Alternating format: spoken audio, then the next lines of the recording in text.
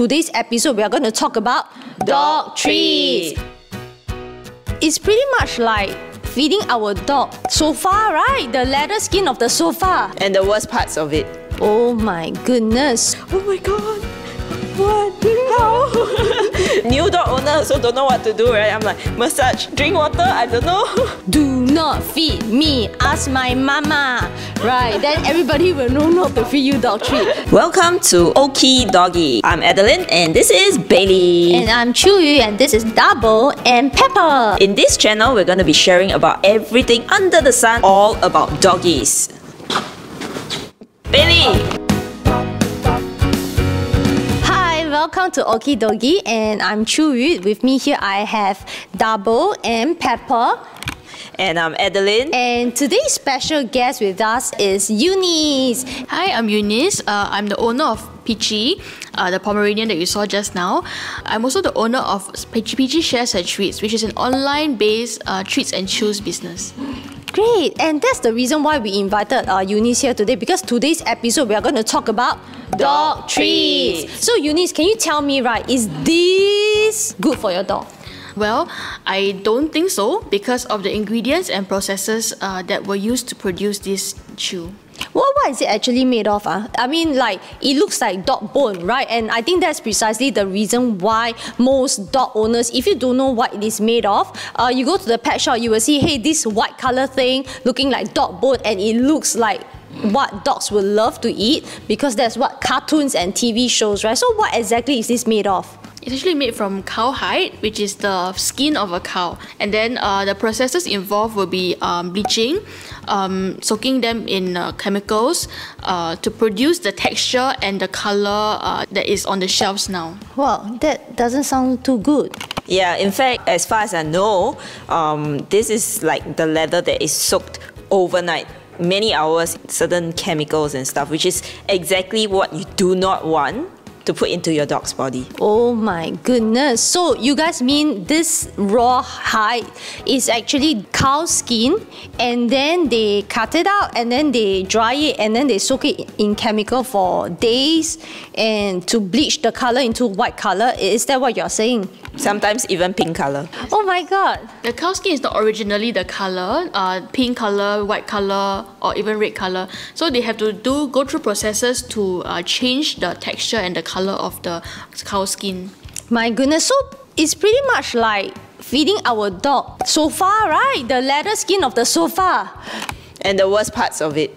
Okay, the worst parts of it. So yeah. It's actually not healthy at all because of all the chemicals for the dog. I mean, like, why would they want to make that to feed dogs? Because it's actually quite appealing to the pet owners, because firstly it's quite low cost. Also it is attractive in terms of color. It appeals to our visual needs for products. So human beings quite stupid lah, because we see cartoons and TV and we think that that's what our dogs will love it. Do you like it? No. Okay, so Eunice, in your opinion, right, what type of treats are actually good for dogs then? Because I think dogs really love treats, right? So we want to reward them. So what type of dog treats are good for them? I think single ingredient dog treats are one of the better ones, especially those that are dehydrated or freeze dried, because they are minimally processed and also they don't have ingredients that may be potentially harmful to your dog. For example, single ingredient like chicken, only 100% chicken meat or chicken breast. Then there will be no risk of chemicals or like any fillers, additives or preservatives that are used that may potentially harm your dog. Oh, I see. So what about you, Adeline? Do you feed your dogs this type of treats? Yes, I have dehydrated treats as well for my dog because he's actually allergic to chicken. So if you have stuff that's mixed and all that, it really is very hard to tell whether, you know, there's like chicken inside and stuff, and then he will have all the bumps and he'll be itchy all over. Yeah. So single ingredient, that means, right, the dog treat is only made of just one ingredient. It could be fish, chicken, duck, or pork, or certain types of meat. And then the best way to process it for your dog is to have minimal processing, which is to dehydrate and freeze drying. These are the examples of the minimal processes that can use to lengthen the shelf life of treats, because always it's more convenient to feed treats that can keep up to maybe 3 to 6 months rather than it will spoil overnight, that kind like raw or cooked. Oh, okay. So dehydrated treats can actually keep up to 3 to 6 months depending on where you keep it, like whether is it in room temperature, in the fridge or in the freezer. I see. Then, okay, what do you all look up for, right, when you are buying dog treats for your dogs? Firstly, I definitely look for the ingredient list to see what is in the treat that I'm feeding. Is there any animal byproducts, any fillers, any preservatives that I don't want any in my dog system? So guys, do you have any friends who, every time when they buy food or certain vitamins, right, they like to look at the ingredient? No, she's the friend. Okay, she's the friend. So if I want to change dog food for my dogs, right, I will ask her, because she will help me read through all the ingredients and tell me exactly what is good and what is not good. So she's the one. That's why I think she emphasized a lot on like the quality of the ingredient that she feed her dog. Okay, so what about you? For me, I look out for the parts that may be allergy, like I said just now. And the other thing that I look out for is actually how hard it is. Oh, okay. Yeah. So it's something that I realized because I think I was reading through and stuff, and I was just worried about Bailey. He's not a big dog, so I realized that different dogs actually they are suitable for different type of, like, in a sense, the chew texture and stuff. So I try not to buy like way too hard stuff, although he does still have something to chew on lah. Yeah. Okay, so I think for me, what to look out for would be the size of the treat. It should fit the dog. So I mean, for example, if your dog is like really small like this, right, then don't go and buy those humongous dog treat or dog bones for your dog, right? But of course, if your dog is like really big, like a golden retriever is a huge dog, right, then don't buy tiny treat. I mean, yes, of course they can eat, but I don't think those treats can last very long, right? And I think for soft and hard treat, there's a difference for their purpose.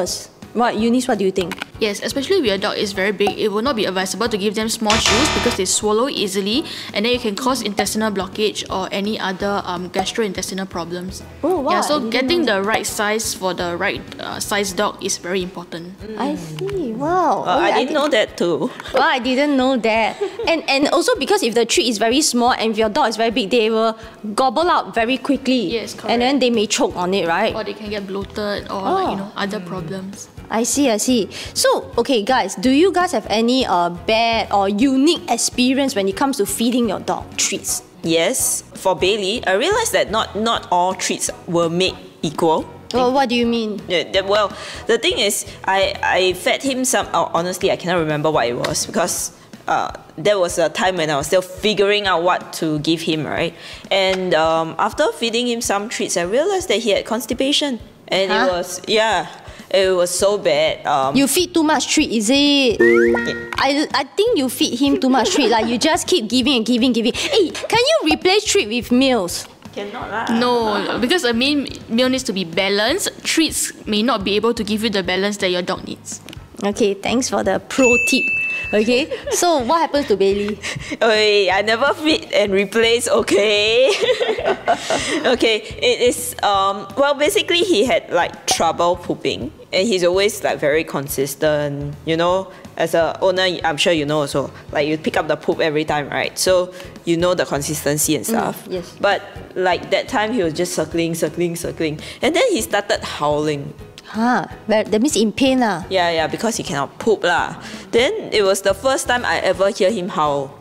Like he normally doesn't even bark, or he rarely makes much noise. So when he howled, right, my whole heart was just like, oh my god, what? How?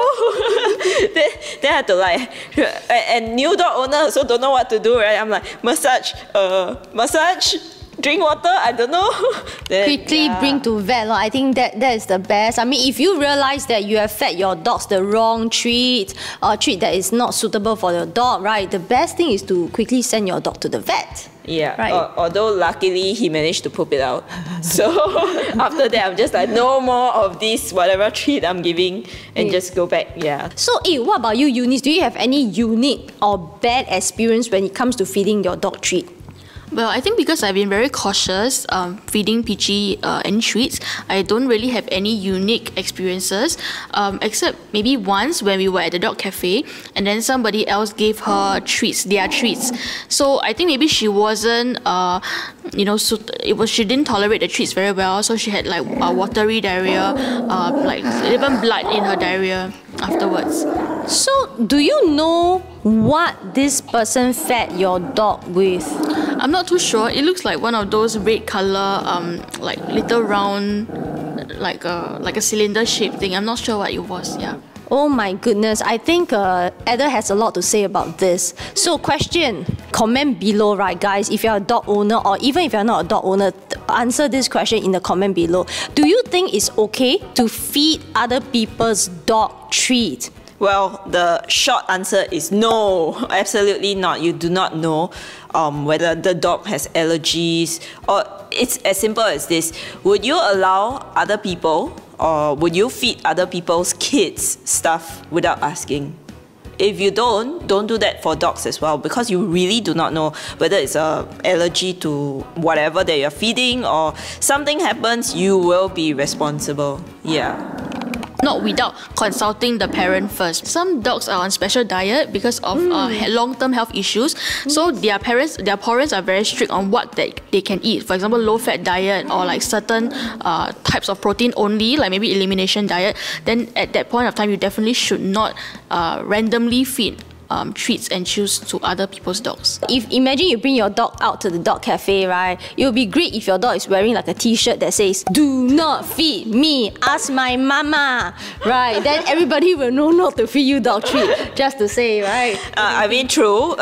For some dogs, they wear the in training shirt as well. Yeah. Like for me, I also sometimes put on the training shirt for Bailey. I think it's okay. Some people don't know. They think our dogs are super cute and they want to come and say hi and stuff. But yeah, just check in with the owner always. I want to share with you guys this very horrible experience of mine when Double was really young. I think she was still about, say, 7 months old.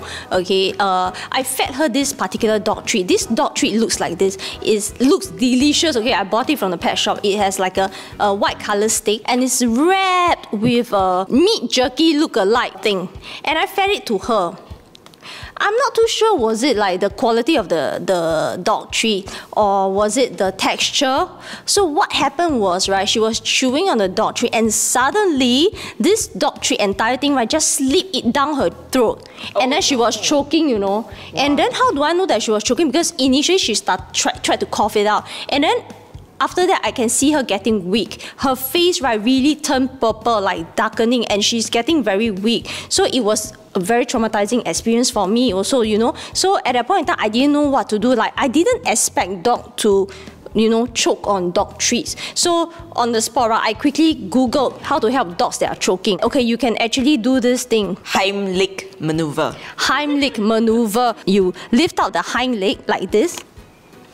And then you just shake the dog this way if it's a small dog, and immediately that treat slip out of her throat again, and then she was breathing well again. So that really gave me a huge fright, and I never feed that to my dog ever again. So when you guys are feeding your dog treat, right, it should be under supervision. You guys need to be around in case anything happens. The white thing in the middle was actually rawhide. Sucks, man. Yeah, so actually some of the treats, right, you really have to be there to monitor, especially if you're feeding for the first time or the first few times. You cannot definitely just trust your dog with the treat and just blindly believe that she's okay, completely okay with it. So that was a horrible experience, isn't it? Yes. You should learn CPR as well. Even some basic stuff lah. How to cool your dog down if they have heat stroke. So a lot of people think that it's just throwing ice cubes. That's not the way. Your dog will go into stroke. Or at least have some basic knowledge about it. Okay guys, so if you think that you want us to go deeper into the topic of dog first aid, right, comment down below. Or if you have any topics that you want us to cover in our next episode, also comment down below so that we can prepare the materials and invite the right guests over here with us. Today we want to thank Eunice for coming here and share with us her experience and expertise on dog treats. And so if you guys want to buy good quality single ingredient dog treats, where can you find Eunice? PeachySharesHerTreats.com. we also want to thank Magic Doll Studio, because we are here today to film, and if you guys are looking for dog photography, you can look for Magic Doll Photography here. And of course, we want to hit our 1,000 subscribers, so please help us by subscribing to our channel and help us hit the like button so that we can produce a lot more videos for you on all things under the sun about dogs. Yay, thank you. Bye. Bye.